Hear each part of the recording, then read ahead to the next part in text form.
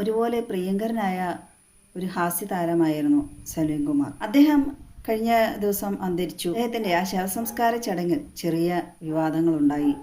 സെലിബ്രിറ്റീസിൻ്റെ മരണാനന്തര ചടങ്ങിൽ പങ്കെടുക്കാൻ മാധ്യമപ്രവർത്തകർക്കും എല്ലാത്തർക്കുമൊക്കെ ഭയങ്കര ധൃതിയാണ്, വലിയ താല്പര്യമാണ്. പ്രത്യേകിച്ച് മാധ്യമപ്രവർത്തകർക്കാണെങ്കിൽ എങ്ങനെ കൂടുതൽ റീച്ച് ഉണ്ടാക്കണം, പെട്ടെന്ന് ന്യൂസ് ഇടണം, ആദ്യമേ എത്തണം, ആദ്യമേ എല്ലാം മുമ്പോട്ട് പോകണം എന്നുള്ളൊരു തത്രപ്പാട്. മരിച്ചു കിടക്കുന്ന ആളുടെ ഉറ്റ ബന്ധുക്കൾക്ക് അടുക്കാൻ പോലും സ്ഥലമോ സമയമോ ഒന്നും കൊടുക്കില്ല.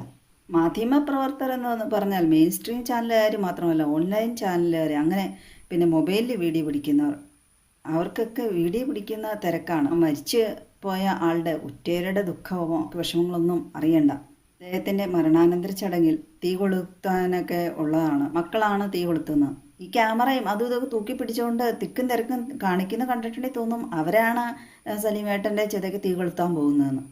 ചിതയ്ക്ക് തീ കൊളുത്തുക, ആ സമയത്ത് അടുത്ത് നിൽക്കുമ്പോൾ തീയാണ് എന്നുള്ളൊരു ബോധമെങ്കിലും ആ തിക്കും തിരക്കും ഉണ്ടാക്കുന്നവർക്ക് ഉണ്ടായെങ്കിൽ നല്ലതായിരുന്നു. അങ്ങനെ ഗത്യന്തരമില്ലാതെയാണ് സലീം ചേട്ടൻ്റെ മൂത്ത മകനായ ചന്തു എല്ലാവരോടും പോകാൻ പറഞ്ഞ് അലറുന്നു. സാധാരണ മരണ വീടുകളിൽ മരണപ്പെട്ട് കിടക്കുന്ന ആളുടെ ഉറ്റവർക്കും ഉടയവർക്കും ഒക്കെ അടുത്തിരിക്കാനും ഇരുത്താനും തിരക്കുകൾ നിയന്ത്രിക്കാനും എല്ലാം മറ്റുള്ളവരാണ് മുമ്പിലുണ്ടാവുക. അതിൻ്റെ ഇടയ്ക്ക് ഒരു സ്ഥലകാലബോധമില്ലാത്ത ഒരു രാഷ്ട്രീയ പ്രവർത്തകൻ മുഖ്യമന്ത്രിയുടെ കഴുത്തിൽ മാലയിടാൻ തുടങ്ങും.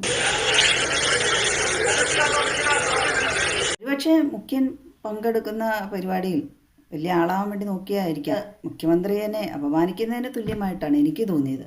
മുഖ്യമന്ത്രി അത് തട്ടിത്തെറിപ്പിച്ചു പോയി. അദ്ദേഹം നല്ല സ്ഥലകാല ബോധം ഉള്ള ആളായതുകൊണ്ട്. അപ്പോൾ ആ മാല ഇടാൻ ചെന്ന ആളുടെ വീട്ടിലാണ് മരണം പോലെയുള്ള എന്തെങ്കിലും കാര്യത്തിന് മുഖ്യം വരുമ്പോൾ വേറെ ആരെയും മാല ഇട്ടാലത്തെ അവസ്ഥ ഒന്ന് ഓർത്ത് നോക്കൂ. ബോളിവുഡ് നടീനടന്മാരുടെ ശവസംസ്കാര ചടങ്ങിൻ്റെ അവരുടെ ഉള്ളിലേക്ക് മാധ്യമപ്രവർത്തകരെയൊന്നും മാക്സിമം അവർ കടത്തിവിടില്ല. ആ സംസ്കാരം നടത്തുന്ന ആ സ്ഥലത്തേക്കും ആരെയും കടത്തിവിടില്ല. ഇത്തിരി ദൂരെ നിന്നൊക്കെയാണ് വീഡിയോയൊക്കെ എടുക്കുന്നത്. ആ മരണപ്പെട്ട ആളുടെ ഉറ്റവരും ഉടയരും മാത്രമേ കാണുള്ളൂ.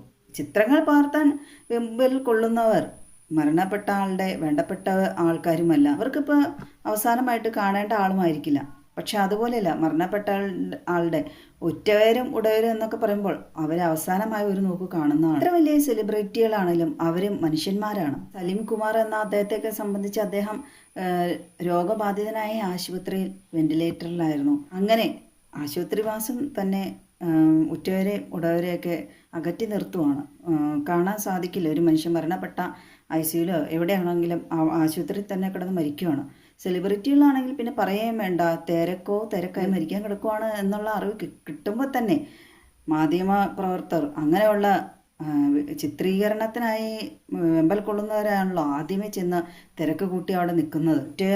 ആയിട്ടുള്ളവർക്ക് കാണാൻ ചിതയിലേക്ക് തീ കൊളുത്തുമ്പോഴേക്കായിരിക്കാം ഒരു പക്ഷേ അവർക്ക് തൊട്ടടുത്ത് മരണപ്പെട്ട തങ്ങളുടെ ഉറ്റ ആളെ കാണാൻ കഴിയുന്നത്. ആ ചന്തു മോൻ ഒച്ചെടുത്ത് എല്ലാവരും മാറ്റി നിർത്താൻ ശ്രമിക്കുമ്പോൾ സ്വാഭാവികമായിട്ടും പോലീസുകാരുണ്ടല്ലോ, അവർക്ക് നിയന്ത്രിക്കാൻ കഴിയില്ലെന്ന്. ഇപ്പോൾ പോലീസുകാരൊന്നും ആർക്കൊരു പുത്തരിയില്ല.